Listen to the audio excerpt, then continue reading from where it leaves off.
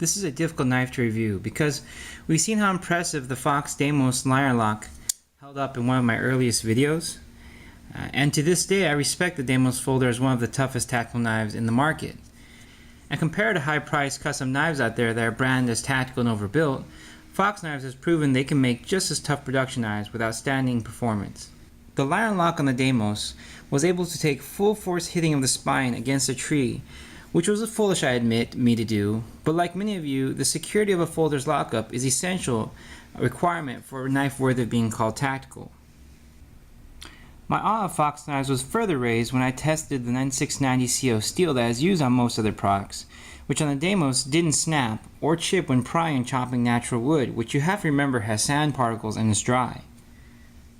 But the Lion Lock on this Fox Karambit is not as thick as the Deimos, which is acceptable since it's not designed to be a heavy utility knife, but yet we still have to feel guaranteed that this lockup will not fail in a defense situation. So this video will be me discussing through 5 categories whether or not this folder is a decent tactical knife for self-defense. But I cannot give you a definite guarantee that this knife will not fail on you. Because even though I can look at the lock and see that's made right, and I've tested my own knife's lockup, your individual knife could fail because of some variation in the lock engagement from manufacturing inconsistencies. I wish I could tell you that I've had the chance to see firsthand how Fox Knives does their process of fine-tuning this lock engagement, because it is doable to offer precision consistently if the manufacturer is taking the time and proper steps. But we've seen on my channel good knives locks fail once or twice, and then afterwards the lock engagement has no issue and is secure from that point on. The point I'm getting to is cutting off your fingers is not a risk worth taking in a self-defense situation. And I've seen other YouTube videos promoting this knife as a self-defense blade. But I'm going to be someone that's honest with you because unlike a lot of reviewers here on YouTube who have gotten the notoriety and then moved on, I genuinely care about my channel as a project. And so, unless you have martial arts training on how to dodge and slash specific areas to immobilize an attacker, stabbing is a lot like shooting bullets. You're creating blood loss, and just like a gun, it'll probably take more than a few stabs. You always hear the person who was stabbed multiple times. Heck, Tupac was shot a few times and still survived. For anyone having fantasies about this knife being some kind of special forces tool, reality check, they have machine guns. And even on the streets, you could be dealing with someone with a baseball bat, which could knock you out in one hit because blunt force is easier. And even on a Muay Thai champion is going to kick your knee with thousands of pounds of force, and you're going to go down. You can YouTube that one. So I recommend looking at a fixed blade if you really want to consider using a knife as a weapon. Otherwise, folders such as this one have a bunch of quirks and limitations that you have to understand. Any review is a comparison based on other experiences, so for this review, I'm going to incorporate the Spyderco Kerahawk and draw comparisons between the two. For me, this is my opinion, but a tactical knife only feels trustworthy if I know there's a backup for me if the blade closes. The Fox Karambit does have a small guard, but depending on your grip and the width of your fingers, the guard can easily miss, which is something I can't accept. It looks to be designed for gloved hands, but it's the forward grip that feels much more safe. And in terms of functional use, you're getting the intended benefit of the curved blade design, which allows for better stabbing motions without bending your wrist, which means more power. But the Kerahawk seems to be designed better for safety. There isn't a flipper guard or even a safety choil. But the blade tang is prominent enough that if it unlocks, there's much more leeway for a variety of hand sizes or whatever grip you prefer.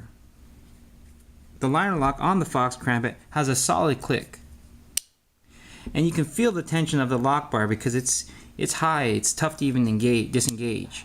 They've gone ahead and carbonized the lock tang to promote longevity and also keep it from sticking, which is good since it is such a strong spring tension. And also with the explosive shock from waving it open, if the knife were to over-engage, you don't have to deal with the lock getting stuck. A very smart design choice. overall fit and finish of the knife is impressive. Smooth edges, polished liners inside,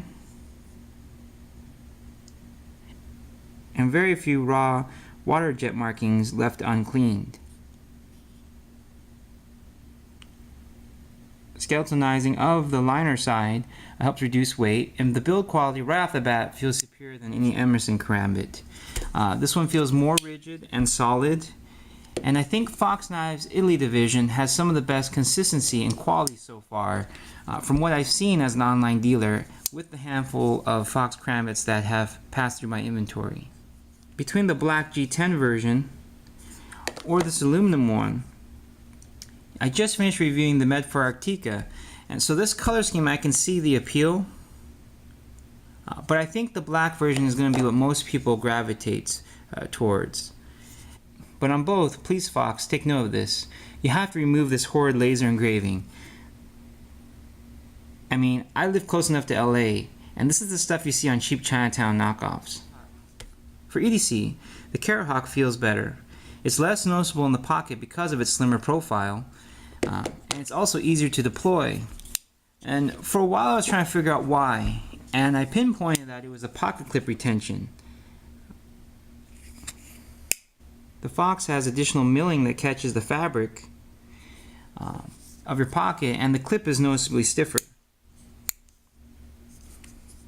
But that isn't what causes the noticeable difference, because I tried adjusting how deep I clip the Fox Karambit in my pocket. And still I had to have more focus and coordination when drawing if I wanted to successfully wave deploy the knife. I've deduced that's the position of the wave hook. Look at the two and you can see the Fox's wave feature is much further back on the blade and almost kind of an angle away from the handle. So you can visualize that when you draw the knife, you have to keep pushing the blade spine up against your pocket, and then you have to wait to grip the knife till most of it's already exposed, and then the blade will catch and deploy. And you almost have to draw it out in a forward motion, and with most pants pockets you even have to turn it out to the side. On the Kerahawk, the wave feature is done much better, flat out. It's closer to the center of the blade, so when you start drawing the knife, almost immediately the wave hook is catching. Even when we're considering normal thumb deployment, the opening hole on the Fox is further from the pivot, so when you trace this circle with your thumb, you feel it's noticeably longer and thus slower to open.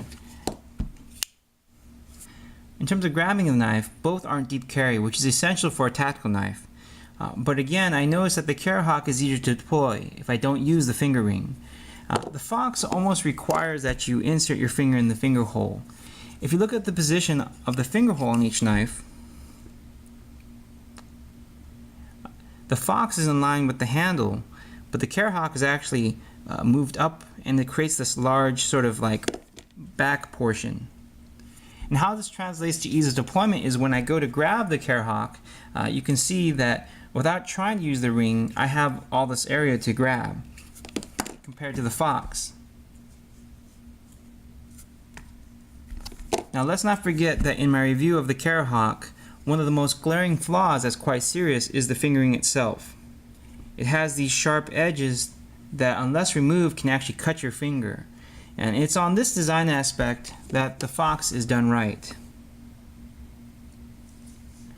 I can see that Spyderco has opted to make the finger ring out of from the two steel liners, because then you can see here the blade can pass through a part of the profile, and so this allows the ring to be moved in and keep everything more compact.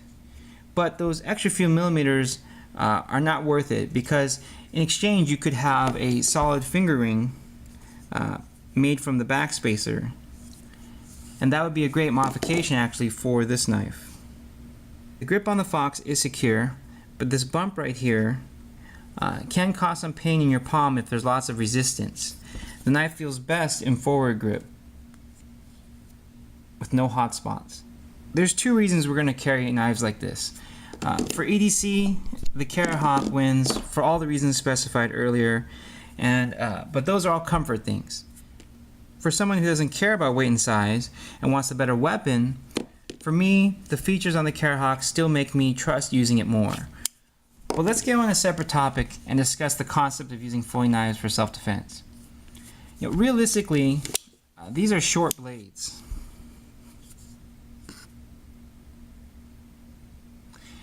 The Fox is a superior choice obviously here because it is bigger.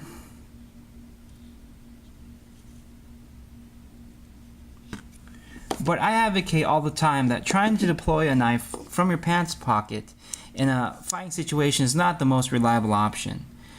Let's be logical, men and women. Unless you already have your hand in position to draw the knife in a fight, people are swinging at you, grabbing you. You're hunched over or on the ground. It's just not in your favor, especially if you're on the defense.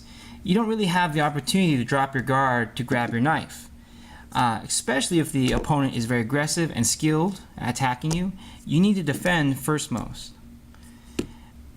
Next, if you try to slash at somebody, and let's say you missed that first try, or you grazed them and didn't cut them just right, like I noted earlier, you need training.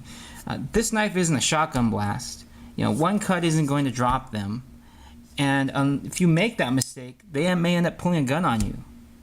With a tactical folder, regardless if it's a frame lock or liner lock, or it has some kind of safety feature, you really should understand that you're going to lose some combat options if you don't want to risk self-injury. Just the design of making this a compact folder, you're losing the extreme curve or negative angle blade that makes a true solid Karambit such a superior small weapon. Yes, any sharp blade is a weapon, but this folding Karambit, like I said, has situational weaknesses, and is safest only when used in forward grip with slashing techniques very close up. So final thoughts, I think a revision of this knife's design would improve it. Move the wave feature up, adjust the flipper guard, forget using it as a flipper altogether, and have it follow this curve of the spine so that when you open it up, it's actually much more prominent, and that would help with the safety. And go for all black even on this aluminum version, just like on those Strider SMFs with black aluminum handles. Completely ditch this ugly laser engraving. But right now, appreciate how well made and high quality this knife feels.